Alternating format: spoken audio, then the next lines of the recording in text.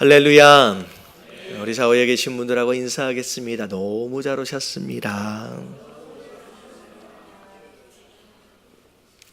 네, 감사합니다. 우리 제임스 목사님이 어마어마한 수술을 하셨어요.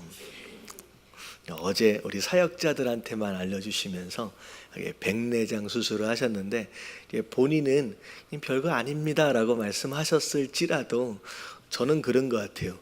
눈은 참 이게 걱정이 되는 것 같아요. 의사들은 걱정할 필요가 없다라고 얘기를 해도 눈은 좀 걱정이 돼요. 근데 오늘 아침에 하셨죠. 오늘 아침에 수술 다 잘 하시고 내일은 이렇게 풀르고 이제 앞으로 한동안은 선글라스를 끼고 다니실지도 몰라요. 네, 하나님 귀한 주의 종을 불쌍히 여겨 주시어서 깨끗하게 하시고 오히려 전보다 더 선명하게 보게 하여 주시어서 주님 부르시는 그날까지 진짜 아름답게 쓰임받는 우리 목사님 되어질 수 있도록 해달라고 이따가 많이 기도해 주시길 바랍니다. 네. 그리고 고르면 좋을 것 같아요. 제가 예배를 끝나고 나면 우리 주일날 대표 기도를 맡으신 분들을 위해서 이 앞에 오시면 제가 축복하면서 이제 안수 기도를 해드리는데, 기도 제목이 있으신 분들 있으면 좀 나오라고 제가 안수 기도 해드린다고 하는데 이렇게 좀 부끄러우신지 잘 못 나오시는 것 같아요. 근데 금요일 예배 때는 조금 일찍 오셔가지고 여러분 특별히 좀 기도하기 원하시는 기도의 제목들이 있으면요, 여러분 이게 뒤에 보면 이 작은 손바닥보다 좀 작은 메모지가 하나가 있어요. 그래서 여러분 성함하고 기도 제목을 특별히 기도할 제목들이 있으면 여기 강달상 위에 올려두시면 제가 특별히 안수하며 기도해드리지 않는다라고 할지라도 같이 기도할 때 저만 알게끔 같이 기도해드리도록 그렇게 하도록 하겠습니다. 이해되셨죠? 네. 수요일날 올려놓으셔도 좋은데 수요일날은 이렇게 개인적인 기도를 이렇게 쭉 할 수 있는 시간이 없으니까 금요일날 이렇게 올려놓으시면 제가 그렇게 기도할 수 있도록 하겠습니다. 자, 이번 4월 달에 들어와서 이제 지난번에 이사야를 마무리 못했던 이 뒤에 부분을 이제 다시 시작을 하게 됩니다. 자, 40장서부터 우리가 함께 살펴보게 될 텐데요. 자, 40장 1절만 같이 한번 읽어볼게요. 다 같이 시작. 너희의 하나님이 이르시되 너희는 위로하라, 내 백성을 위로하라. 자, 이사야서 39장까지의 내용을 보면 하나님께서 이스라엘 백성들을 향하여서 이제 그들의 죄를 조목조목 말씀하시는 가운데 앞으로 계속 그렇게 하면 어떻게 된다는 거예요? 내가 징계할 것이고 심판하실 것이다 라고 경고하시는 내용이 이제 39장까지의 이제 줄을 이루는 내용이었습니다. 그래서 39장까지를 쭉 읽어보면 어떻게 보면 편안하기보다는 굉장히 무섭기도 하고 빨리 회개해야 되겠구나, 우리 스스로 좀 돌이켜야 되겠구나 라고 경각심을 주는 어떤 그런 내용들이 39장까지의 내용이었습니다. 근데 오늘 40장에 들어와서 1절만 읽어봐도 이 전에 말씀하고는 완전히 다른 분위기로 확 전환이 되어지죠. 자, 이스라엘 백성들을 뭐 해주래요? 위로해 주래요. 우리가 구약에 나와 있는 모든 선지서들, 예언들이 나와 있는 모든 선지서들을 보면 다 똑같아요. 중간에 죄에 대하여 하나님께서 심판하시고 징계하실 것이다 라고 말씀을 하셨지만 그 뒤에는 꼭 뭐가 나오느냐? 내가 그럼에도 불구하고 너희들에게 은혜를 베푸는 가운데 그 너희를 구원하고 내가 너희를 회복할 것이다 라고 하는 그 회복의 말씀이 항상 뒤에 붙습니다. 그래서 모든 선지서들을 여러분들이 쭉 읽어 내려가다 보면 이 뒤에 구원과 회복에 대한 말씀이 쭉 나오는 거죠. 자, 그래서 1절을 보니까 위로하래요. 자, 그래서 어떻게 보면 이런 것 같아요. 이 위로라고 하는 게 여러분이 자녀들을 키우다 보면 이게 말을 안 종종 이 매를 들 때가 있기도 하거든요. 매를 듣기도. 근데 어쩔 수 없이 매를 들었다라고 할지라도 때려놓은 아버지나 어머니의 마음은 혹시나 이것으로 말미암아 자녀들이 잊지 못할 상처를 입지 않았으면 하는 그런 마음이 있는 거예요. 그래서 아버지가 때렸더라도 어머니는 어떻게 가서 해요? 뒤에 가서 아빠가 널 미워해서 그런 게 아니잖아. 제 이야기예요. 아버지한테 신나게 혼나는 저희 아버지가 굉장히 무서우셨어요. 원래 이제 목사님이 되시기 전에 군인이셨고요. 이제 목사님 되시고 나서도 무서우셨어요. 근데 항상 이제 혼나고 나면 나중에 슬그머니 어머니가 오세요. 똑똑똑. 그러면서 저를 이제 위로해 주시면서 뭐라 그러세요? 아버지가 널 미워해서 그런 게 아니지 않느냐 하면서 아버지가 널 얼마나 생각하고 사랑하는지 아느냐 하면서 아버지의 마음을 전해주면서 위로하는 역할을 어머니가 이제 종종 하셨거든요. 근데 이제 하나님도 마찬가지라는 거죠. 비록 매를 들고 때려야 하지만 상처로 남으면 안 되기 때문에 찾아가셔서 위로한다라는 거죠. 여러분, 이게 우리를 정말로 사랑하시는 아버지 하나님의 마음인 줄로 믿습니다. 우리가 잘못해서 좀 맞을 때가 있어요. 근데 우리가 미워서 때리시는 게 아니에요. 진짜 사랑하는 자녀이기 때문에 매를 드시는 줄로 믿습니다.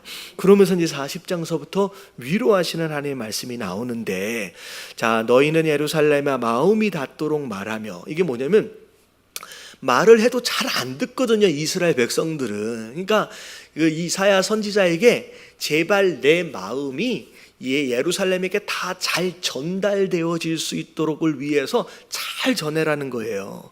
그것에게 외치라. 그 노역의 때가 끝나고 나중에 이제 이방, 어떻게 보면 북이스라엘은 아수르에 의해서 망하고요. 그리고 남유다는 바벨론에 의해서 망해요. 나중에 포로로 끌려가고 기한이 딱 찰 때, 자, 하나님께서 어떻게 된대요? 그 노역이 끝나게 되면, 자, 죄악이 사함을 받았으니라 그의 모든 죄로 말미암아 여호와의 손에서 벌을 배다 받았느니라 할지니라 하시니라. 자, 이제 다 됐다는 거예요. 다 됐다. 이제 죄에 대한 대가를 다 지불했으니까 이제는 끝났다라는 거죠. 그때 벌을 받을 때 얼마나 받았대요? 여호와의 손에서 벌을 얼마나 받았대요? 배나 받았대요. 여러분 잘 보세요. 여러분 이 당시 이방 민족들과 이스라엘 민족들을 비교할 때 일반적인 기준 안에서 윤리적으로 도덕적으로 볼 때 여러분 누가 더 악해요? 여러분 이스라엘 백성들보다 아무래도 이방 민족들이 훨씬 더 악해요. 그럼에도 불구하고 이방 민족들을 때리시지 않아요. 그냥 누굴 때리세요? 이스라엘 백성들을 때리세요. 어떻게 보면 더 사랑하기 때문에 더 심하게 매를 드시는 거예요. 근데 그게 뭐예요? 우리 한국 속담에 미운 자식은 떡 하나 더 주고 이쁜 자식은 뭐 하나 더 줘요? 매 한 번 더 때리는 거예요. 이게 이스라엘 백성들을 향하신 사랑하는 마음이에요.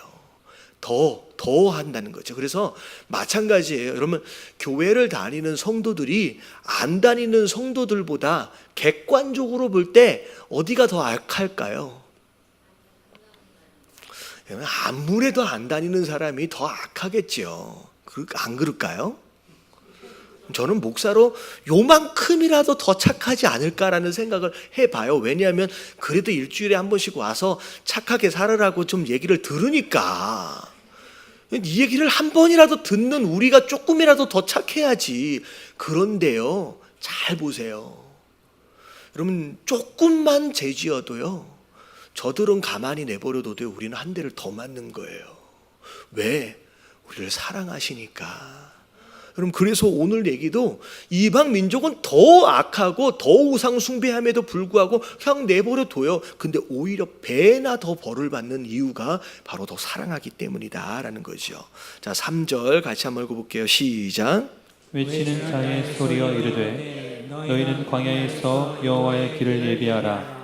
사막에서 하나님의 대로를 평탄하게 하라. 자, 이 3절에 나오는 외치는 자의 소리 딱 들어보니까 누구 이야기 같아요? 예, 세례 요한의 이야기 같잖아요. 자, 그리고 6절에 보니까 또 한 번 나와요. 말하는 자의 소리여 이르되, 이게 말을 전하래요. 근데 하나님의 구원하심이 있기 전에 누군가가 구원을 준비할 자가 필요하다는 거예요. 자, 그 구원하는 자는 누구냐면 마치 세례 요한처럼 예수님이 이 땅에 오시는 길을 뭐 한 사람이에요? 예, 예비한 사람이에요. 어떻게 보면 세례 요한이 이 땅을 구원한 자는 아니죠. 예수님께서 구원하시는 거예요. 근데 그 예수님이 오시는 그 길을 준비할 자가 반드시 있어야 한다는 거죠. 2000년 전에 예수님이 이 땅에 오실 때 그 길을 준비한 자는 누구였느냐? 세례 요한이었어요. 자, 오늘날 믿지 않는 수많은 사람들에게 예수님이 찾아가시려고 해요. 근데 예수님이 찾아가시려면 뭘 준비해 줘야 돼요? 여러분, 꼭 그 길을 준비해 줘야 돼요. 여러분, 그 길을 준비하는 자는 누구일까요? 여러분, 이미 성도 되어진 우리의 역할이라는 거예요. 여러분, 세례 요한이 했던 일은 2000년 그때로 끝나는 게 아니죠. 오늘도 예수님께서는 믿지 않는 수많은 자들의 마음 가운데로 찾아가시기 위해서 항상 다가가시는데, 여러분, 그 길을 준비하는 자 세례 요한으로서의 삶을 우리 또한 살아가야 된다는 거예요. 근데 자, 길을 만들려면, 자 보세요, 평탄한 길을 만들려면 그건 그냥 쉬운 게 아니에요. 4절을 보세요. 4절 같이 한번 읽어봅니다. 시작. 골짜기마다 도드러워지며 산마다 언덕마다 낮아지며 고르지 아니한 곳이 평탄하게 되며 험한 곳이 평지가 될 것이요. 자, 길이 있기 전에는 이 땅바닥이 어떻게 되어 있냐면 깊게 파여 있는 골짜기도 많고요, 울퉁불퉁 올라와 있는 언덕이나 산들도 많고요, 이거 보니까 고르지 못한 곳도 많고요, 여러분, 평탄하지 못하고 험한 곳도 많다는 거예요. 여러분, 이 험하고 울퉁불퉁한 이런 장소에 길을 내려면 여러분, 우리가 해야 할 노력들이 있어요. 이 이야기는 곧 뭐냐면 하나님께서 우리를 통해서 믿지 않는 자들에게 찾아가시려 하는데 우리가 아직 다듬어지지가 않았어요. 그래서 우리 안에 이런 모습처럼의 골짜기도 많고요, 이런 모습으로 해서 언덕들이 많은 거예요. 여러분, 이 골짜기는 우리 마음 가운데 깊숙이 파여 있는 상처들을 의미해요. 여러분, 이거 길을 가려면 움푹 패여 있으면 바퀴가 못 넘어가는 거예요. 빠져버리는 거예요. 우리 안에 울퉁불퉁 올라와 있는 것은 우리의 교만한 마음이에요. 여러분, 이런 것들이 다 깎여지지 않으면요, 우리를 지나가지 못하시는 거예요. 우리 안에 고르지 못하는 돌짝밭들이 있다는 거예요. 우리의 욕심과 우리의 고집불통 이런 마음들 때문에. 그리고 험한 곳, 가시덩풀, 인간적인 세상 유혹이나 욕심들 때문에. 이게 지금 무슨 얘기하는 것 같냐면 저기 씨 뿌리는 비유에서 나오는 그런 모습들이 있잖아요. 그런 모습들이 우리 안에 있다는 거죠. 우리를 통하여 복음이 증거되어지고 우리를 통하여 누군가가 구원을 받으려면 우리가 길처럼 잘 닦여줘야 돼요. 그래서 움푹 패여진 상처들이 있으면요, 여러분, 이 상처는 여러분 고쳐지지 않고 낫지 않으면요, 다른 사람들에게 뭐가 되어버리냐면요, 여러분, 가시가 돼요.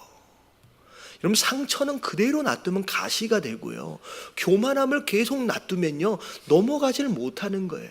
우리 안에 돌뿌리들도 다 뽑아내야 되고 우리 안에 가시덩굴도 다 뽑아냄으로 말미암아 예수님께서 우리를 통하여, 길 되어진 우리를 통하여서 여러분, 복음이 증거되어질 수 있도록 우리가 쓰임 받아야 할 줄로 믿습니다.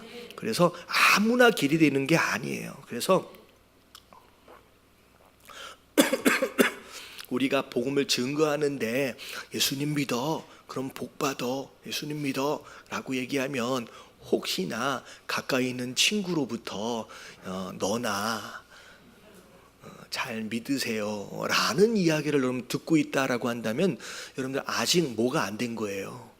여러분, 4절처럼 정돈이 안 된 길 때문에 여러분 제대로 전달이 안 되는 거예요. 여러분 우리가 잘 닦여진 것만큼 우리가 전하는 복음이 잘 전해질 수 있는 줄로 믿습니다. 그래서 여호와의 영광이 나타나고 모든 육체가 그것을 함께 보리라. 그러니까 길이 닦여 있는 것을 통하여서 모든 육체의 사람들이 하나님의 영광을 함께 경험하게 된다라고 하나님께서 말씀하시는 거예요. 자, 그러면서 6절에 또 중요한 걸 또 뭐라고 얘기하느냐. 6절 말씀 같이 한번 읽어볼게요. 시작. 말하는 자의 소리여 이르되 외치라 대답하되 내가 무엇이라 외치리까 하니 이르되 모든 육체는 풀이요 그의 모든 아름다움은 들의 꽃과 같으니. 예, 우리 인생이 어떻게 보면 좀 지혜도 있는 것 같고 힘도 있는 것 같고 좀 잘 나가는 것 같지만 하나님 보시기에 그냥 우리 인생은 뭐에 불과하다. 그냥 풀이나 꽃에 불과하대요. 여러분 꽃 하니까 되게 좋아 보이죠. 그렇죠. 풀보단 꽃이 더 괜찮은 것 같죠. 나는 꽃이 없으면 좋겠다. 그러면 제가 갑자기 이 앞에 화분 한 쌍이 없어졌어. 알고 보니까 저 뒤에가 있더라고. 딱 보니까 왜 뒤에다 갖다 놨냐라고 했더니 이게 꽃이 떨어지기 시작해서 여기 앞에다 놔두면 오히려 지저분해 보인다는 거예요. 여러분 꽃보다 풀이 더 나아요. 더 오래 가는 거야. 여러분 되게 이뻐 보이는데 금방 시들어버려. 그게 참 아쉬운 것 같아요. 저는요 여기 딱 해놓고서 야 우리 부흥 집회 때까지 있었으면 좋겠다 했는데 뭐 얘 2주 남겨놓고 사망하셨어 벌써. 되게 안타까운 거예요. 근데 우리 인생이 되게 화려해 보이지만 여러분 화려할수록 수명은 더 짧아요. 근데 풀이다라고 할지라도 금방 시드는 게 우리 인생이래요. 그래서 7절에 보니까 풀은 마르고 꽃은 시든대요. 왜냐면 여호와의 기운 그 위에서 불 때에 그냥 이제 뭐라 그래요? 시들을 수밖에 없는. 그래서 이제 8절에 이제 결론이 뭐냐면 너의 인생 스스로를 의지하지 말래요. 그냥 풀이고 꽃이기 때문에. 그래서 풀은 마르고 꽃은 시드나 우리 하나님의 말씀은 영원히 서리라. 그래서 우리가 진짜 의지하고 붙들어야 할 것은 우리 인생이 아니라 눈에 보여지는 그게 아니라 뭐라는 거예요? 하나님의 말씀이라는 거예요. 그래서 여러분 말씀을 붙잡는 자가 영원히 서는 거예요. 왜냐하면 말씀이 영원히 서 있기 때문에. 여러분 금방 기울어지고 금방 변할 것을 붙잡지 마세요. 여러분 힘을 의지하는 사람 여러분 잘 보세요. 남자분들 40대 50대만 되면요 모이면 무슨 얘기할 것 같아요? 다 건강 얘기하고 있어요. 뭐 먹으면 더 건강하고 뭐 정력 얘기하고 앉아있고 이러면 40, 50만 되면 여러분 이 힘은 금방 쇠할 수밖에 없다라고 하는 거. 여러분 미모 여러분 예쁘게 아무리 잘 갖고 봐도요 여러분 한 4, 50만 넘어가면 대책이 없는 거예요. 점점 두꺼워지는 거예요. 그래서 나중에 보면 누구세요가 되는 거예요. 그러니까 이것은 금방 사라지는 거예요. 여러분 우리 경험도 마찬가지예요. 생각해 보세요. 여러분 10살 때 생각하고 있던 이 세상의 모습은요 20살이 되면요 금방 또 바뀌는 거예요. 제가 10살 때만 해도요 뭐 기억도 사실 안 나는데 저는 10살 때만 해도요 군인이 아저씨인 줄 알았어요. 근데 제가 지금 와서 보니까 군인은 애들이에요. 여러분 이런 거예요. 여러분 40에 이게 진리다라고 믿었던 그 무엇인가가 있을 거예요. 저는 50, 60이 되고 돌아보세요. 진리가 아니에요. 근데 마치 그것이 진리인 것처럼 고집을 그렇게 부리고 매달려 있는 거예요. 이런 변하는 것을 붙잡으면요 같이 변할 수밖에 없어요. 이런 변하지 않고 영원히 흔들리지 않을 것이 딱 하나가 있다라고 한다면 여러분 이 땅에 뭐밖에 없어요? 하나님 말씀밖에 없다라는 거. 여러분 성도는 자꾸 눈에 보여지는 이적과 기적 여러분 이것도 변하거든요. 여러분 변하지 않는 말씀을 기준으로 살아가는 저와 여러분들 되시길 주님의 이름으로 축원합니다. 자, 9절로 넘어올게요. 자, 9절 같이 한번 읽어봅니다. 자, 다 같이 시작. 아름다운 소식을 시온에 전하는 자여, 너는 높은 산에 오르라. 아름다운 소식을 예루살렘에 전하는 자여, 너는 힘써 소리를 높이라.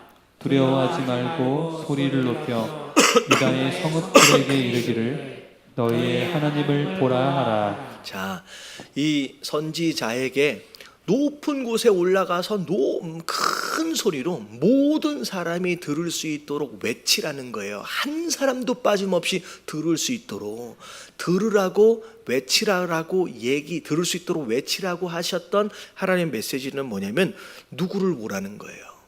하나님을 보라고 하는 그 메시지가 그렇게 중요하다는 거예요. 여러분, 우리가 무엇을 바라보고 있느냐에 따라서 인생이 바뀌어요. 그럼 내가 땅을 바라보고 있으면요, 땅의 삶을 사는 거예요. 여러분, 하늘을 바라보면요, 하늘의 삶을 사는 거예요. 여러분, 뭘 바라보고 있느냐가 정말로 중요한데, 지금 첫 번째 메시지가 뭐냐면 하나님을 보래요. 자, 이거는 하나님을 본다라고 하는 어떤 방향성에 대한 내용일 수도 있고요, 하나님을 알아라라고 하는 것에 대한 내용일 수 있어요. 나중에 뒤에 이런 내용이 좀 나오는데, 자, 보세요. 자, 10절서부터 한 절 한 절을 보면 하나님이 어떤 분인지에 대해서 굉장히 소상하게 설명을 해가고 있는데, 자, 보라, 주 여호와께서 장차 강한 자로 임하실 것이요. 자, 뭐 하기 위해서 오시는지 보세요. 친히 그의 팔로 다스리실 것이요. 보라, 상급이 그에게 있고 보응이 그 앞에 있으며 라고 나와 있어요. 여러분, 이거는 하나님께서 다시 오실 때, 예수 그리스도께 다시 오실 때 어떤 모습으로 오신다는 거예요. 여러분, 심판주에 오세요. 이걸 어떻게 다 아시네요. 네, 보응하신다. 여러분, 이런 거예요. 여러분, 하나님이 장차 우리에게 심판주로 오신다라고 하는 것을 정확하게 아는 사람은, 자, 보세요. 여기서 상급을 얘기하고 있잖아요. 왜 우리가 헌신하고 수고하고 전도해야 하냐라고 하는 당위성이 생기는 거예요. 여러분, 그냥 적당히 예배만 드리다가 구원받으면 되지라고 생각할 수 있는데, 여러분, 하나님이 심판주로 오시는데 상급을 주시고 보응하신다라고 하는 이 두 가지를 정확하게 믿으면요, 이 상급으로 말미암아 내가 왜 헌신하고 내가 왜 전도하고 내가 왜 선교해야 되는지에 대한 이유와 원인이 생기는 거예요. 여러분, 이걸 모르면 헌신이 안 돼요. 여러분, 바울 사도가 죽기까지 정말 표대를 향하여 내가 죽을 때까지 달려간다라고 고백할 수 있었던 비결과 이유가 뭐겠어요? 그걸 보는 거예요. 장차 나에게 주실 뭐가 있다, 상급이 있다라고 하는 걸 믿기 때문에 가는 거예요. 갈 때마다 분란이 있고 싸우고 모함이 있고 어마어마한 시련들을 당하고 있음에도 불구하고, 그럼에도 불구하고 포기하지 않고 나아갈 수 있는 에너지의 근원이 바로 상급에 대한 믿음이에요. 자, 그리고 하나님의 보응하시겠다라고 하시는 것에 대한 믿음이 있으면, 여러분, 이 믿음이 곧 우리가 거룩하게 살아가야 될 이유가 생기는 거예요. 여러분, 반드시 보응하십니다. 갚으신다라고 하는 거죠. 그래서 첫 번째, 너희가 하나님에 대해서 정확하게 알아야 되는데, 그분은 어떤 분이다? 심판하시는 분이다. 심은 것을 따라서 상급을 주실 뿐만 아니라 죄를 지은 것을 따라서 보응하시는 바로 그런 분이다라고 하는 것을 우리가 알아야 된다는 거죠. 자, 그래서 첫 번째 하나님은 심판주의에 대한 내용이에요. 자, 11절. 자, 두 번째 하나님은 어떤 분이냐? 자, 다 같이 한번 읽어볼게요. 시작. 그는 목자같이 양떼를 먹이시며 어린 양을 그 팔로 모아 품에 안으시며 젖먹이는 암컷들을 온순히 인도하시리로다. 그럼 우리 인생이 양떼래요. 어떻게 보면 가장 연약한 존재로서, 어떻게 보면 목자가 없으면 살아남지 못하는 진짜 연약한 존재가 바로 우리 인생이거든요. 근데 하나님은 우리 양떼 같은 우리의 뭐가 되어주신다? 목자가 되어 주신대요. 여러분, 양은요 어디에 풀이 있는지를 몰라요. 어디가 쉴만한 물가인지를 몰라요. 그래서 누가 인도해 주셔야 돼요? 목자가 인도해 주셔야 돼요. 이거 보세요. 양떼를 누가 먹이신대요? 목자가 먹여주시는 거예요. 우리가 찾는 게 아니라는 거죠. 그리고 이 양은요 스스로를 보호할 수 있는 뭔가가 없어. 네. 그래서 무슨 도망이라도 쳐보려면 다리라도 좀 길어야 되는데 이 다리라고 하는 것이 요만해 가지고 뭘 뛰지도 제대로 못해요. 그래서 어떻게 해야 돼요? 자, 그 팔로 모아 품에 안으시며, 이 이야기는 하나님이 목자 되셔서 우리를 보호해 주신다라는 거예요. 자, 그리고 세 번째, 암컷들을, 젖먹이는 암컷들을 온순히 인도하신다. 여러분, 이 짐승들 가운데 거의 유일한 것 같아요. 여러분, 귀소 본능이라 그러잖아요. 집으로 돌아올 수 있는 능력이 양한테는 없어요. 다시 말하면 집에 바깥 내다 놓으면요, 그러면 나중에 저녁 때 되면 집이 어디 있는지를 모르니까 그냥 들판에서 맹수한테 잡혀 먹혀 죽는 거예요. 그러니까 어디로 가야 할지를 누가 인도해 가신다? 목자가 인도해 가신다는 거죠. 여러분, 하나님이 우리의 목자가 되어 주신대요. 여러분, 먹을 거에 대해서, 원수들에 대해서, 우리가 집에 들어갈 것에 대해서 우리가 걱정할 필요가 있다 없다? 없다라는 거예요. 다시 말하면 이 두 번째, 하나님이 우리의 목자 되신다라고 하는 것이 믿어지면요, 여러분, 근심과 걱정을 할 필요가 없어지는 거예요. 여러분, 근심 걱정하지 마시길 주님의 이름으로 축원합니다. 자, 이게 두 번째예요. 자, 세 번째를 보면, 자, 이 12절 같이 한번 읽어볼게요. 시작. 누가 손바닥으로 바닷물을 헤아렸으며 뼘으로 하늘을 쟀으며 땅에 티끌을 되에 담아 보았으며 적시 저울로 산들을 막대 저울로 언덕들을 달아 보았으랴. 그러면 손바닥으로 바닷물을 퍼내면 몇 줌이나 퍼낼 수 있을까요? 여러분, 이게 비교가 안 되는 거예요. 여러분, 이게 바닷물, 하늘, 어떻게 보면 땅의 티끌, 산, 이거 언덕들 다 누가 만드셨어요? 여러분, 하나님의 창조물들이에요. 그러니까 하나님은 어떻게 보면 비교 대상이 안 돼요. 그러니까 심지어 하나님이 만드시는 피조물조차도 우리가 감히 헤아릴 수가 없는 것이라는 거죠. 여기서 12절에서 말하고 있는 내용은 뭐냐면, 하나님이 누구다는 거예요? 창조주다라는 거예요. 내가 이 세상을 만들었다라는 거예요. 제가 수요일날도 계속 반복해서 얘기하고 있는 게 뭐냐, 그 어떤 종교도 내가 이 세상을 만들었고 그래서 내가 이 세상의 주인이다라고 얘기하는 신은, 자, 기독교의 하나님 딱 한 분이에요. 바다의 신, 내가 바다를 다스려. 하나님 뭐라고 말했어요? 그 바다 누가 만들었냐?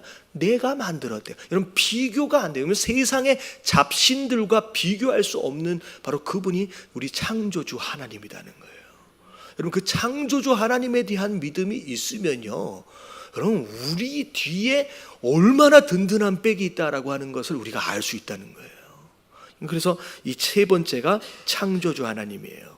자, 그리고 나서 14절을 보면, 누가 여호와의 영을 지도하였으며 누가 모사가 되어 그를 가르쳤느냐, 그가 누구와 더불어 의논하셨으며 누가 그를 교훈하였으며 그에게 정의의 길로 가르쳤으며 지식을 가르쳤으며 통달의 도를 보여주었느냐. 자, 이건 하나님은 어떤 분이시다? 이건 지혜로운 분. 여러분, 하나님의 지혜를 여러분 따라갈 수 있는 존재가 없어요. 잘 보세요. 하나님은 우리의 지혜하고 비교가 안 돼요. 여러분, 하나님은 다 아시는 분이신 줄로 믿습니다. 전지하신 분이에요. 여러분, 그분의 지혜로우심을 믿으면요, 여러분, 우리의 인생을 누가 인도하실 수 있도록 내어드려야 되느냐? 지혜로우신 하나님이 우리의 인생을 좀 인도하실 수 있도록 우리를 내어드려야 되는데, 자꾸 우리가 뭐 하는 경우들이 있냐면, 자꾸 내가 계획을 세워. 그리고 내가 막 준비하려고 해. 그리고 나서 누가 누굴 인도하려고 그래요? 우리가 가야 할 목적지를 내 지혜를 가지고 정해놔요. 그리고 하나님 보고 내가 저기를 좀 가야 되니까 같이 좀 갑시다라고 내가 하나님을 인도하는 경우가 있다니까요. 여러분, 누가 누구를 인도해야 정상이냐? 지혜가 있는 분이 지혜 없는 자를 인도해 가시는 게 이게 정상이잖아요. 우리 자꾸 하나님을 인도하려고 하고, 여러분, 하나님을 데리고 다니려고 하지 마시고, 여러분, 그분이 가자고 하시는 대로 여러분 따라가는 것이 여러분 그나마 미련한 자가 가질 수 있는 지혜다라고 하는 거예요. 여러분, 깨달아지시길 주님의 이름으로 축원합니다. 그리고 마지막을 보면 15절을 보면 보라 그에게는 열방이 통에 한 방울 물과 같다라고 쭉 얘기하고 있어요. 여러분, 이 내용이 뭐냐면 이스라엘 백성들이 지금 죄를 짓다 보니까 수많은 적들로부터 공격을 받고 시달리고 있어요. 어떻게 보면 이쪽 북쪽에도 동쪽에도 남쪽에도 다 원수들이야. 여기에서 또 쳐들어왔다 그러면 아이고 죽겠다 이러고 있는 거예요. 근데 하나님 뭐라고 말씀하시냐? 너희가 그토록 두려워하고 있는 그 원수들 솔직히 내 앞에서는 한 통에 뭐 같다? 통 안에 물방울 하나에 지나지 않는다라는 거예요. 여러분, 우리가 원수 앞에 서려고 하지 말고 원수 앞에 서 있는 하나님이 누군지를 알아야 된다는 거예요. 그래서 자, 마지막까지가 그 내용인데, 자, 이런 거 있어요. 제가 그런 설교를 했잖아요. 지피지기면 백전백승이라고. 여러분, 이 땅에서의 전쟁은 적을 알고 나를 알면 백전백승 할 수 있을 것 같아요. 근데요, 여러분, 영적인 전쟁은요, 이건 전혀 판세가 다른 거예요. 여러분, 영적인 전쟁은 지피지기면 백패예요. 왜 그런지 아세요?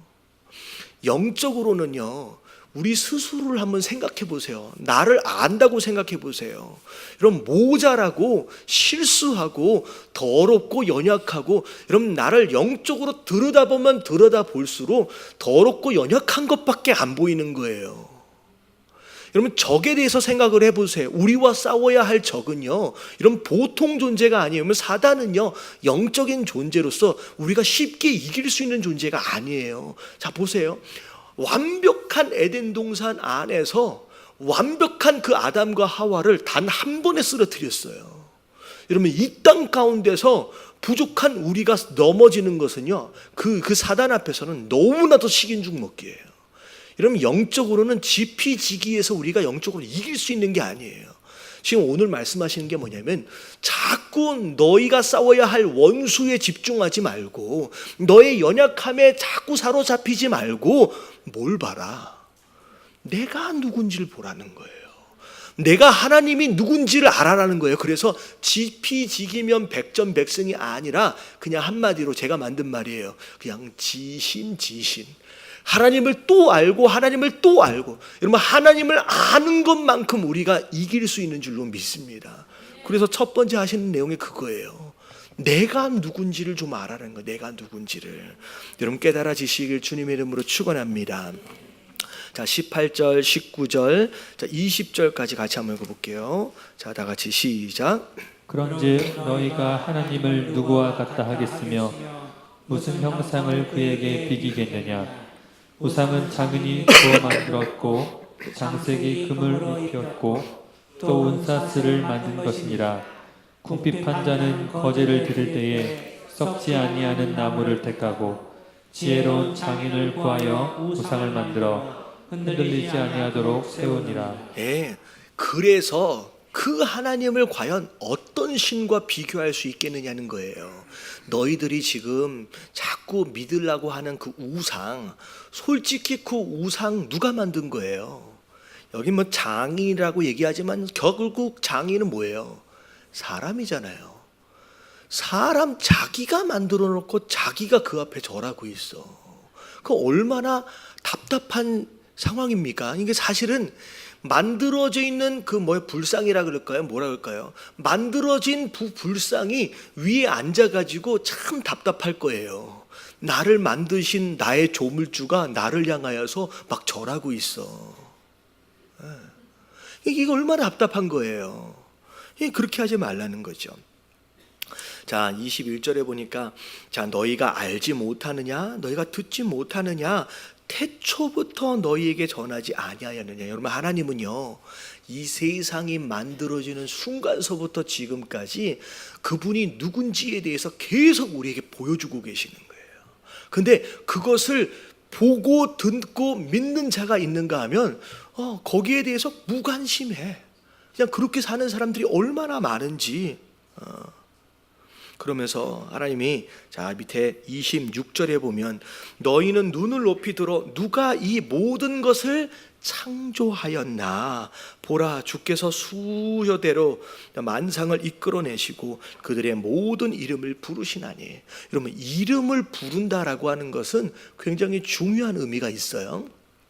자, 하나님께서 아담과 하와를 만드시고 나서 아담에게 주신 게 있어요. 복을 주시는 가운데 생육하고 번성하고 또 이 세상을 정복하고 뭐 하래요? 다스리래요. 근데 다스리라고 말씀하시면서 아담에게 한 동물씩 계속 앞으로 보내주시면서 뭐 하도록 하셨어요? 아담이 그 동물을 향하여 말하는 그게 그 동물의 뭐가 되었다? 이름이 되었다. 여러분, 이름을 지을 수 있도록 아담에게 권한을 주셨어요. 그 이유가 뭐냐면 이 세상은 누가 다스려야 돼요? 아니, 이 세상을 하나님이 다스리지만 아담이 다스릴 수 있도록 권한을 주시기 위해서 이 세상에 많은 만물들의 이름을 아담 보고 짓도록 하셨어요. 다시 말하면 이름을 부르신다라고 하는 이 표현은 곧 뭐를 의미하냐? 주권을 의미해요. 이 세상의 모든 만물들이 누구 것이다? 다 하나님 것이다. 내 거다라고 말씀하신. 그의 원세가 크고 그의 능력이 강함으로 하나도 빠짐이 없다. 자, 그런데 자 보세요. 그런데 27절에 보니까 야곱아 어찌하여 내가 말하여 이스라엘아 내가 어찌 이르기를 자, 내 길은 여호와께 숨겨졌으며 내 송사는 내 하나님께서 벗어났다 하느냐. 그러니까 이런 거죠. 그 하나님을 믿고 있는 그의 백성들이 하나님의 함께 하심을 믿지 못함으로 말미암아 그냥 불평하고 원망하는 삶만 사는 거예요. 그래서 하나님 답답하셔서 너는 알지 못하느냐, 듣지 못하느냐. 영원하신 하나님 여호와 땅 끝까지 창조하신 이는 피곤하지 않으신대요. 곤비하지 않으신대요. 명철이 하나 없으시대요. 자, 그러면서 29절 다 같이 시작. 피곤한 자에게는 능력을 주시며 무능한 자에게는 힘을 더하시나니. 자, 이게 되게 중요한 구절이에요. 우리는 피곤해요. 근데 하나님 피곤하지 않다 그랬잖아요. 우리는 무능해요. 여러분, 하나님은요 능력 있는 분이에요. 근데 잘 보세요. 여러분, 믿는 것과 아는 것이 어떤 차이가 있을까요? 여러분, 아는 것으로 구원을 받는 게 아니에요. 자, 생각해 보세요. 어떤 사람이 어마어마한 돈이 있어요. 어떤 사람이 어마어마한 능력이 있어요. 권세가 있어요. 그 사람이 얼마나 돈이 많은지 너무 잘 알아. 근데 그 사람이 옆집 아저씨예요. 그러면 그 사람이 가지고 있는 돈이 나한테 상관이 없는 거예요. 그 사람이 돈이 얼마나 많은지 10원짜리 한 장을 정확하게 알아도 아는 것으로 그 사람의 돈이 내 돈이 되는 게 아니에요. 옆집 아저씨라면 아무리 능력 있다라고 하는 것을 정확하게 알아도 옆집 아저씨라면 그 아는 것으로 그 능력이 내 능력이 되는 게 아니에요. 다시 말하면 여러분, 믿음은 지식적인 동의가 아니에요. 아, 하나님이 창조주야. 아, 나 알아. 아, 예수님이 구원자야. 아, 나 알아.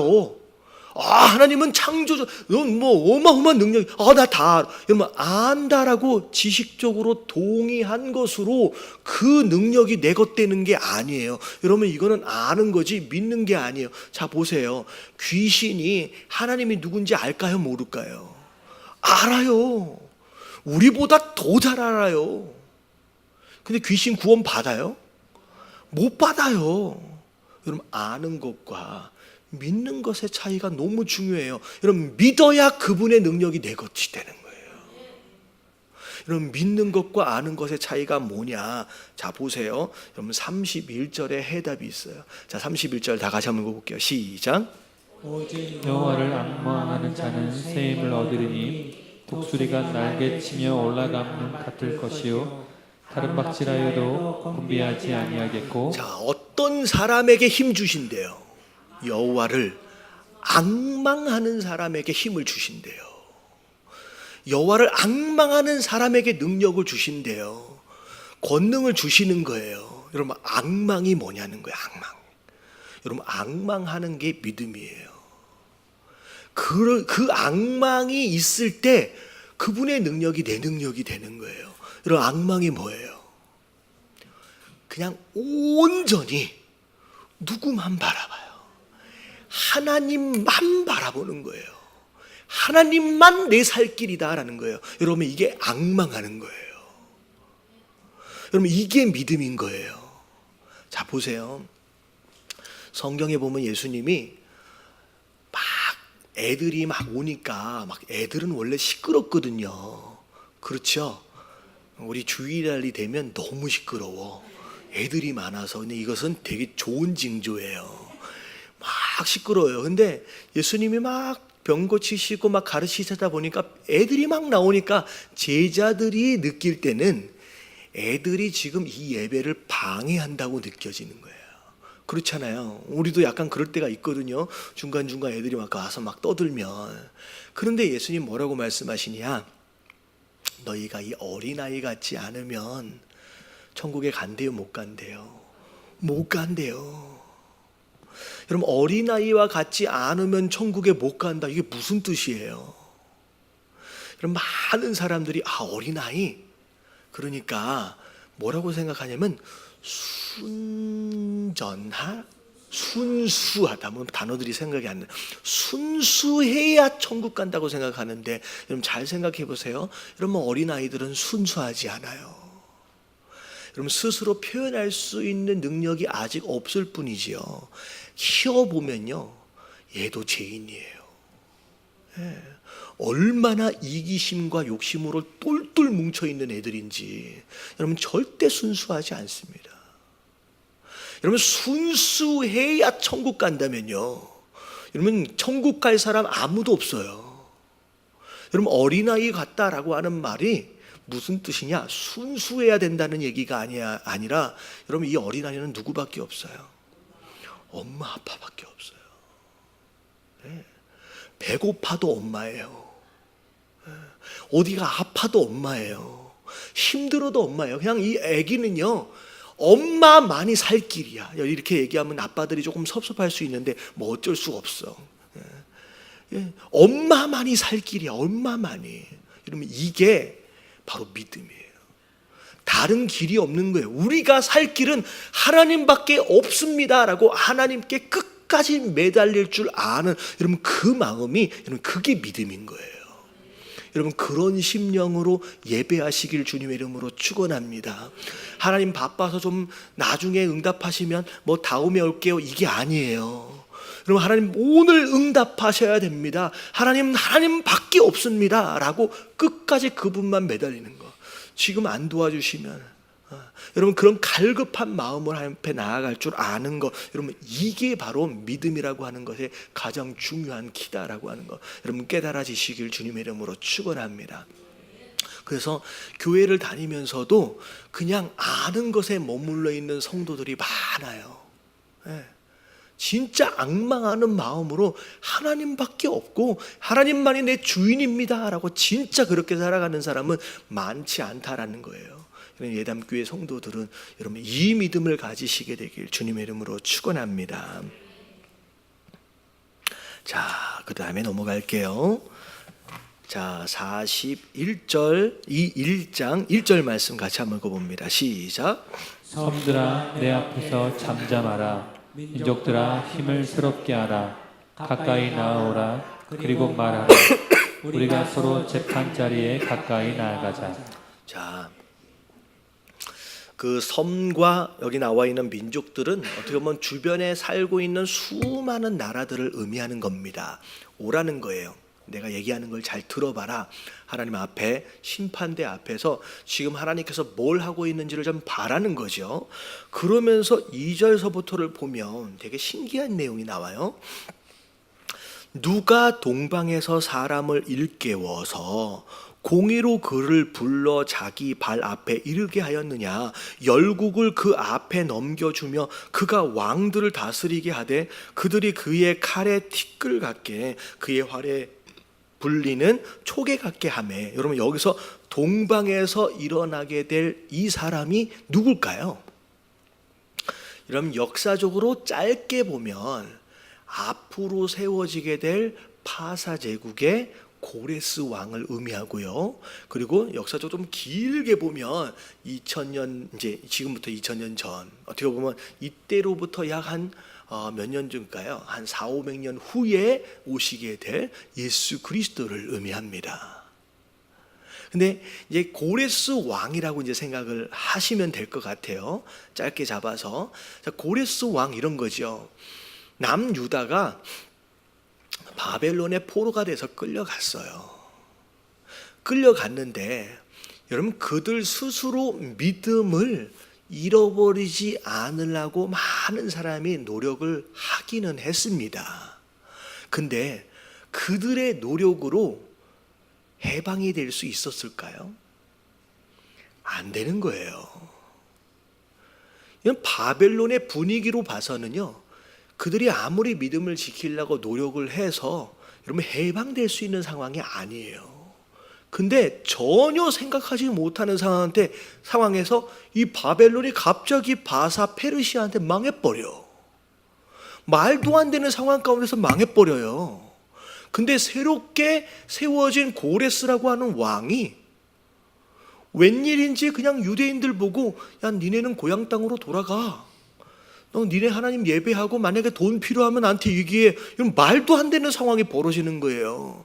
이런, 다시 말하면 유대인의 포로 귀환은 그들의 열심과 노력과 계획으로 된 게 아니에요. 누가 하신 거예요?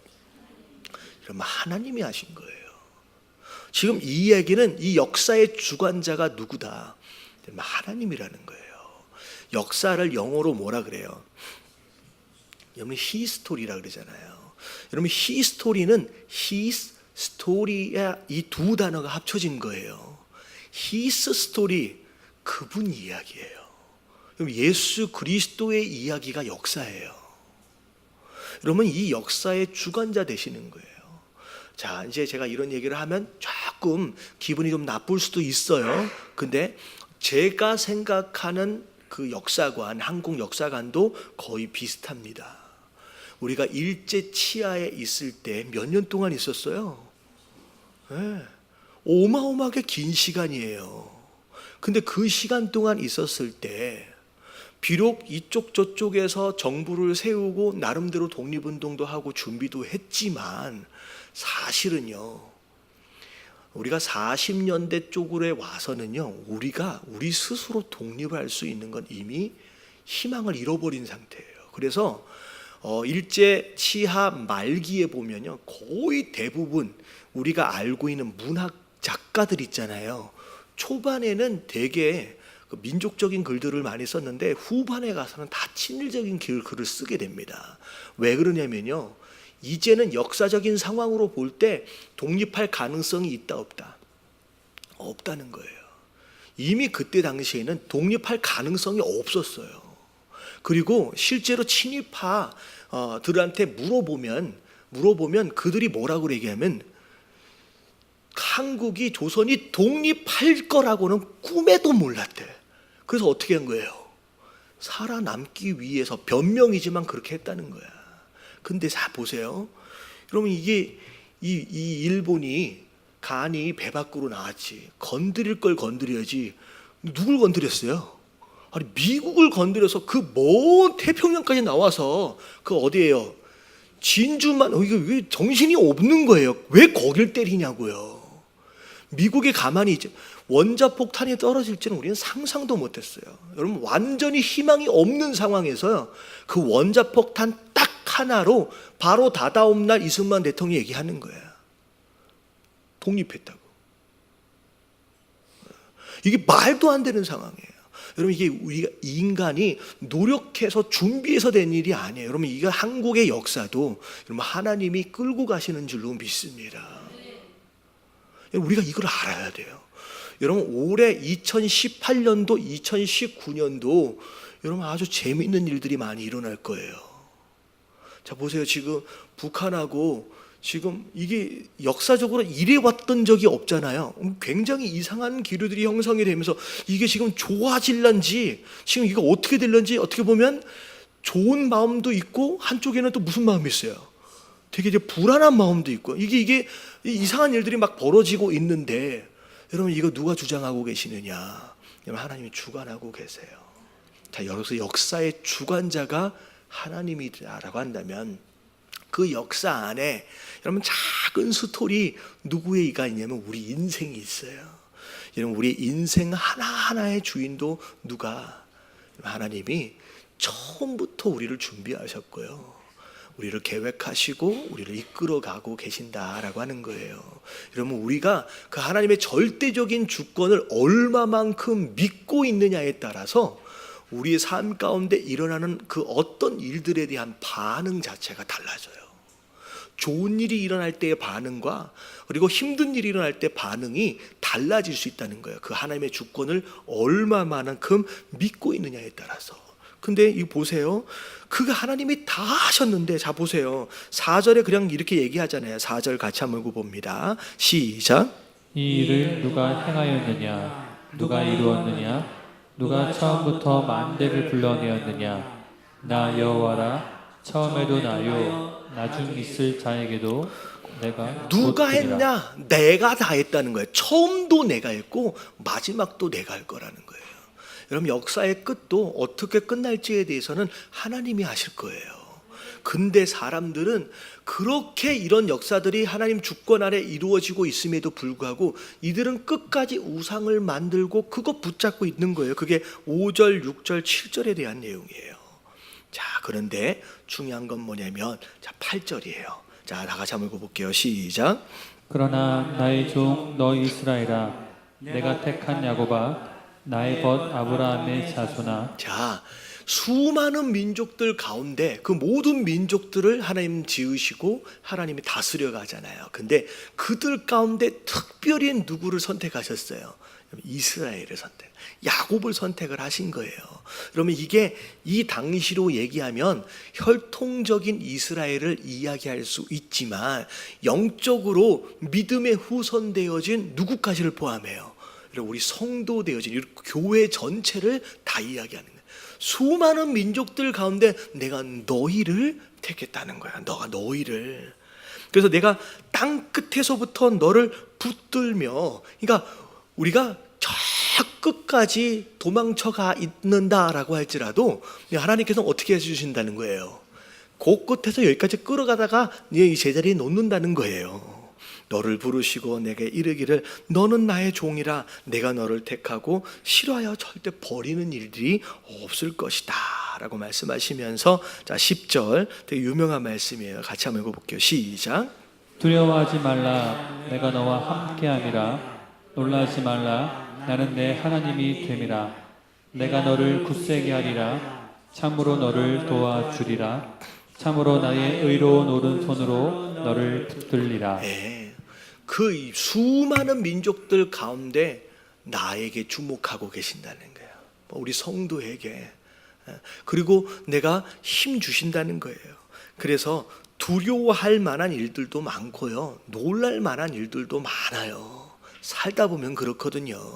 근데 그럼에도 불구하고 내가 너를 진짜 도와줄 테니까 걱정하지 말고 두려워하지 말고 놀라지 말고 그렇게 성도 되어진 자로 세워져 가라는 거예요. 여러분 이게 하나님께서 우리에게 허락하시는 약속의 말씀인 줄로 믿습니다. 그래서 여러분 어디서 뭔 일이 일어났다고 큰일 났어 얘기하지 마세요. 이건 믿음 없는 자의 이야기예요. 여러분 큰일 날 일이 뭐가 있어요? 우리가 구원받은 것만큼 큰 일은 없는 줄로 믿습니다. 여러분 그거보다 큰 일은 없어요. 그러니까 놀라지 마시고 또 일어났구나. 하나님의 절대적인 주권을 인정하는 가운데 이러면 받아들이시고 이러면 견디시고 이런 하나님 붙들면 하나님께서 역사하시는 줄로 믿습니다. 예, 그리고 자 넘어갈게요. 자 마지막 14절서부터 20절까지 오늘 말씀 보도록 하겠습니다. 자 14절 말씀 같이 한번 읽어볼게요. 시작. 버러지 같은 너 야곱아, 너희 이스라엘 사람들아, 두려워하지 말라. 나 여호와가 말하노니 내가 너를 도울 것이라. 내 구속자는 이스라엘의 거룩한 이인이라. 자 14절에 보니까 버러지 같은 너 야곱아라고 얘기하잖아요. 약간 이게 한국말로 왜 벌레라고 얘기하지 않고 버러지라고 얘기를 했을까? 약간 느낌이 누군가 누구한테 좀 욕하는 것 같은 괜히 그런 느낌이 좀 들거든요. 여러분 이 버러지 같은 너 야곱아라는 얘기는 이 욕하시는 게 아니에요. 우리를 경멸하시는 어떤 그런 표현이 아니에요. 여러분 이거는 우리가 이제 벌레같이 어떤 존재라는 거예요. 너무나도 나약한 존재다라는 거예요. 나약한 존재를 이야기할 때 이게 벌레 같은 이렇게 이야기를 하는 거예요. 근데 하나님이 뭐라고 말씀하시냐? 내가 너희의 구속자가 될 거라는 거예요. 이런 구속자와 구원자, 여러분 무슨 뜻인지 좀 달라요. 여러분 구원자는 영어로 뭐라고 얘기하면 돼요? 그냥 saver라고 얘기하면 될 것 같아요. 구원자. 그런데 구속자는 영어로 뭐예요? redeemer라고 나와 있어요. 이런 구속자라고 의도적으로 쓴 이유가 있어요. 이런 구속하다라고 하는 것은 무슨 뜻이냐? 여러분 우리가 죄를 지었어요. 죄를 지은 것에 대한 대가를 지불해야 돼요. 대가가 뭐예요? 죽음이잖아요. 죽음이라고 하는 대가를 지불해야 우리가 자유로워질 수 있어요. 근데 죽으면 자유로운 게 의미가 없지요.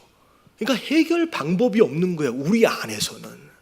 근데 하나님께서 구속자가 되셨다라고 하는 것은 우리가 대신 지불해야 할 그 죄에 대한 대가, 그 죽음이라고 하는 것을 대신 지불해 주셨다는 거예요. 그래서 어떻게 되는 거예요? 이제 더 이상 그 죄에 대한 대가에 대해서 우리가 생각할 필요가 없는 거죠. 그러니까 영어로 보면 paid off가 되는 거예요. 더 이상 지불할 게 없는 거예요. 그래서 이 지불할 게 없다라는 것은 지금 과거의 죄뿐만 아니라 우리의 모든 죄이기 때문에 앞으로 짓는 죄에 대해서도 사단이 우리를 정죄할 수가 있어요, 없어요? 없는 거예요. 여러분 정죄가 되어지는 건 죄책감이 확 들어오면요 얘기해 주세요. 누가 지불했다?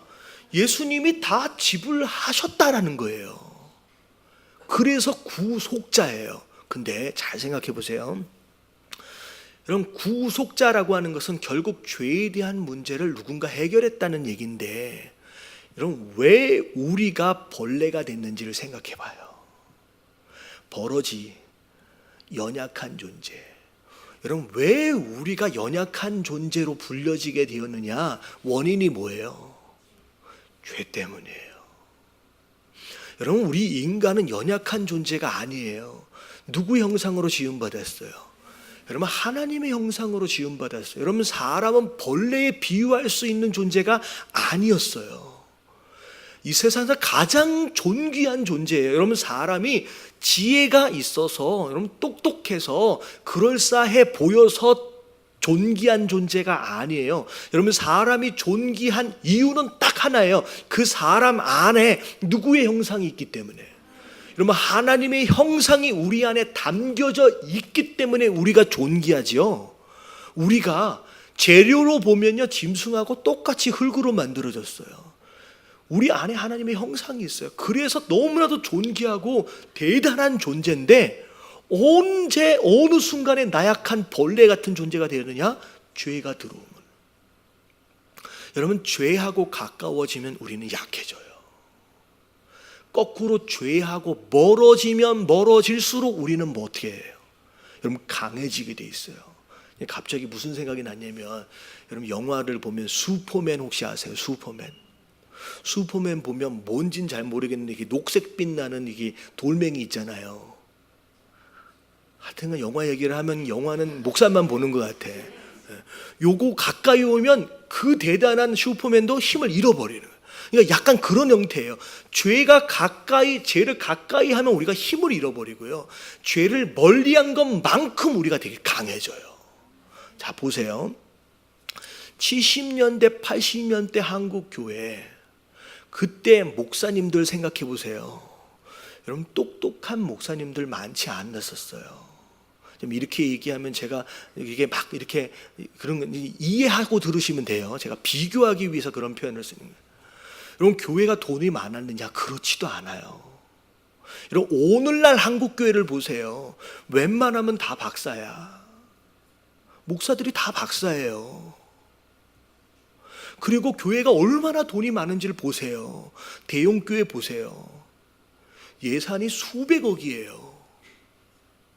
얼마나, 근데요, 보세요. 오늘날 한국교회와 7, 80년대 한국교회를 비교해 보자고요. 더 똑똑하고 더 돈이 많이 있음에도 불구하고 너무 나약해져 있어. 힘이 없어. 세상 사람들 얼마나 조롱하고 있는지를 보세요. 여러분, 7, 80년도에는요 세상 사람들이 교회를 향하여 함부로 말하지 않았어요. 왜냐하면 교회한테 함부로 얘기하면 누구한테 벌 받을까 봐서. 여러분, 하나님한테 벌 받을까 봐, 믿지 않는 사람도 하나님 앞에 벌 받을까 봐 라고 하는 그런 마음이 있었어요. 오히려 7, 80년대 오히려 얼마나 많은 선교사들이 헌신해서 나갔는지를 보자고요. 돈이 있어서가 아니라 똑똑해서가 아니에요. 한국교회가 점점 똑똑해지고 돈도 많아지고 있음에도 불구하고 점점 힘이 없어지는 이유는 뭐냐면 뭐에 더 가까워지고 있기 때문에, 죄에 더 가까워지고 있기 때문에, 여러분, 거룩함의 능력을 점점점 잃어가기 있기 때문에 똑똑하지만 돈이 있지만 아무도 힘을 쓰지를 못하는 교회가 되어져 가고 있다는 거죠. 여러분, 성도의 능력은 어디에서 오느냐? 거룩함에서 와요. 내가 거룩한 것만큼 예배 안에서 친밀감이 느껴질 수 있어요. 보세요. 내가 일주일 동안 살아가면서 죄에 대하여 피 흘리기까지 싸워가면서 그렇게 몸부림쳤던 그 성도가 주일날 와서 예배를 드릴 때의 감격이 어떨지, 이렇게 저렇게 타협하고 다 할 거 다 하고 살면서 예배 때 나와서 아이고 또 죄 지었네요 라고 이야기하는 성도하고 예배 깊이 자체가 다른 거예요. 여러분, 목사들 보면 설교도 점점점 좋아졌고요. 찬양 보세요. 예전에 이런 게 어디 있었어요. 풍금 치면서 찬양했는데도 여러분, 그때 제가 생각할 때 얼마나 은혜가 있어요. 여러분, 그때는요 저희 아버지 이야기예요. 금요일이면요 2시간씩 설교하셨어요. 도대체 예배가 언제 끝났는지 모르겠어. 그런데도 아무도 중간에 안 나가. 정말로 말씀을 사모하고 진짜 예배를 예배답게 드렸거든요. 근데 요즘에는 안 되잖아요. 간혹 새 가족들이 이렇게 오면 우리가 11시에 예배를 끝나면 일반적으로 보통 몇 시에 예배가 끝나냐면 12시에는 예배가 끝날 줄 아는 것 같아요. 근데 12시가 되면서부터 막 시계를 보기 시작하는 거예요. 왜 이렇게 안 끝나지? 여러분, 1시간, 1시간 반조차도 하나님 앞에 드려지기가 쉽지가 않은 시대를 살고 있는 거예요. 자, 우리가 공부 많이 하는 것도 중요하고요. 실력을 쌓는 것도 중요해요. 청년들 같은 경우는 제가 청년부 이제 전도사하고 목사했을 때는요, 네가 하고 있는 일에 최고가 되라. 그래서 하나님께 영광을 돌리고 그래서 하나님 앞에 쓰임을 받아라. 그게 네가 지금 해야 할 일이다라고 얘기를 해요. 근데 여러분, 그것으로 우리의 능력이 되는 게 사실 아니에요. 우리가 뭐 한 것만큼, 우리가 거룩한 것만큼 우리가 더 강해질 수 있는 줄로 믿습니다. 우리 예담교회가 강해져서 정말로 그 일들을 감당해낼 수 있으려면요, 우리가 뭘 잘 준비해서가 아니라 우리가 거룩한 것만큼이에요. 여러분, 이 거룩의 능력을 회복하시길 주님의 이름으로 축원합니다. 그래서 나약했던 벌레 같은 그런 인생이 죄에 대한 문제가 해결이 되니까 강해지는 거예요. 그러는 게 나중에 어떻게 돼요? 새 타작기가 된대요. 그래서 이전까지만 해도 수많은 민족들로 인하여서 정말로 서러움 당하면서 살았는데 이제는 이 세상을 심판하게 될 자로 쓰임을 받는다라고 하는 거죠. 그렇게 된다는 거예요. 자, 그리고 17절서부터 나오는 내용. 17절만 같이 한번 읽어볼게요. 시작.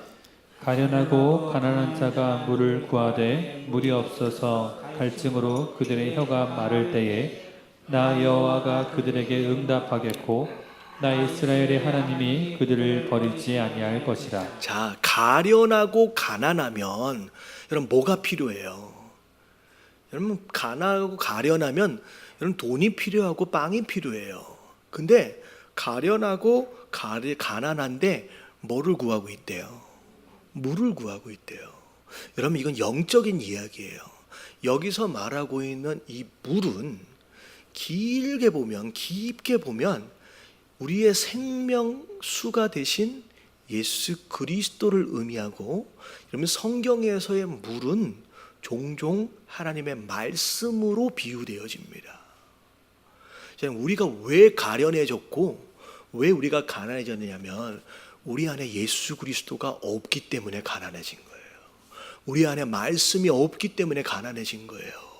여러분 이게 물이라고 나와 있는 게 하나님의 말씀입니다. 그래서 나중에 이제 요한계시록에 보면 그 샘의 근원에 별이 떨어져서 그 샘이 이게 변질됩니다. 그러고 나서 어떻게 되냐면 그 샘에서 흘러나오는 물로 인하여서 주변에 있는 수많은 나무들과 사람들이 다 죽어요. 여러분 이 샘의 근원이 뭘 의미하느냐? 우리가 예배를 드려지고 있는 이 강단을 의미해요. 나중에 말세가 되어지면 이 강단, 샘의 근원이 어떻게 된다? 타락하게 돼요. 여러분 강단에서 하나님 말씀이 증거되어지지 않고 세상 윤리와 도덕이 증거되어지는 날들이 올 거예요. 그러면 잘못된 복음이 증거되어진 날이 곧 도래하게 됩니다. 그러면서 점점 사람들이 죽어가는 거죠. 우리가 살려면 하나님 말씀을 먹어야 된다는 거예요. 말씀을 먹어야 된다. 그래서 보세요. 18절에 보면 내가 헐벗은 산, 골짜기, 광야, 마른 땅, 이게 다 뭐가 없어서 만들어진 땅이에요. 여러분 물이 없으니까 광야가 되는 거예요. 물이 없으니까 마른 땅이 되는 거예요. 그러니까 아무리 마른 땅이고 아무리 광야 같다라고 할지라도 뭐만 채워지면 되는 거예요. 물만 채워지면 돼요. 그러니까 우리 인생에 물이 채워지면 되는 거예요. 말씀이 채워지면 되는 거예요. 그래서 예수님께서 3가지 시험을 받으실 때 첫 번째 시험이 뭐예요? 돌로 떡을 만들어라. 지금 예수님이 육체적 배고픔을 느끼시잖아요. 근데 우리는 그래요. 육체적 배고픔은 떡으로 해결해야 된다고 믿는데, 여러분 육체를 뿐만 아니라 모든 배고픔은 뭐를 채우는 것에서부터 시작돼요. 그럼 말씀을, 영적으로 말씀을 채워 넣는 것에서부터 회복이 시작되는 거예요. 그래서 예수님 뭐라고 말씀하세요? 사람이 떡으로만 살 것이 아니라 입에서 흘러나오는 뭘로? 하나님의 말씀으로 살 것이다 라고 말씀하시는 게 바로 근행이에요. 근데 우리가 이래요. 자꾸 눈에 보이는 육신적인 문제를 육신적으로 해결하려고 그러는데요. 여러분 이 문제는 여러분 현상일 뿐이에요. 진짜 근원을 잡아내야 돼요. 그래서 여러분 기침을 막 해요. 콧물이 흘러요. 여러분 기침하는 걸 막아도, 콧물 흐르는 걸 막아도 여러분 이건 당장 눈앞에 보이는 그 뭐라 그래요? 현상만 없애는 것뿐이지 감기가 낫는 게 아니에요. 여러분 감기를 낫게 해야 되는 것이 여러분 원인을 해결하는 것인 줄로 믿습니다. 그래서 우리가 자꾸 눈에 보이는 것을 육체적으로 해결하려고 애쓰지 마시고 뭘로 해결해야 된다? 영적으로. 그래서 오늘 얘기하는 것은 네가 왜 마른 땅 같은 인생을 사는지, 왜 광야 같은 인생을 사는지 원인은 네 안에 예수 그리스도, 말씀 대신 예수 그리스도가 없기 때문이다 라고 말씀해요. 여러분 물이 딱 채워지는 순간 19절서부터 그 광야에 뭐가 자라기 시작해요? 그럼 백향목이나 나무들이 막 자라기 시작하는 거예요. 사막에서 나무를 심으라고 하시지 않았어요. 물만 채워 넣으래요. 물로 응답을 주신다는 거예요. 그러면 물로 응답되어지는 것으로 말미암아 나무는 자연스럽게 자라게 되는 줄로 믿습니다. 그러면서 20절, 자 마지막 말씀 같이 한번 읽어볼게요. 시작.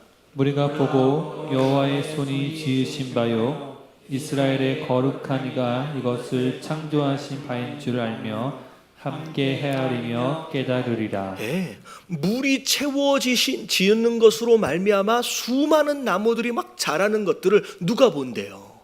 무리가 본대요. 사람들이 본대요. 그것으로 지금 하나님이 역사하시는구나, 그 하나님의 손을 그들이 보게 된다는, 이 얘기는 뭐냐면 광야 같은 우리 인생, 사막 같은 우리 인생이 말씀으로 인하여 회복되어지고 우리 가정이 회복되어지고 구원을 받고 그래서 풍성한 나무들이 자라고 있는 것들을 누가 보게 된다는 거예요? 믿지 않는 수많은 사람들이 보게 된대요. 그것으로 말미암아 어떤 일이 일어나요? 하나님이 살아계시는구나, 하나님이 진짜 역사를 하시구나 라고, 그래서 우리의 삶을 통하여 자연스럽게 뭐가 되어져 간다? 전도가 되어져 간다는 거예요. 여러분, 이렇게 쓰임받길 주님의 이름으로 축원합니다. 그래서 맨 앞에, 자 우리가 예수님 오시는 뭘 준비해야 돼요? 우리가 길이 되어져야 돼요. 우리가 길이 되어려면 어떻게 해야 되는지, 그리고 우리의 삶을 통하여 사람들이 하나님의 역사심을 본대요. 여러분, 그렇게 살아야 하는 줄로 믿습니다.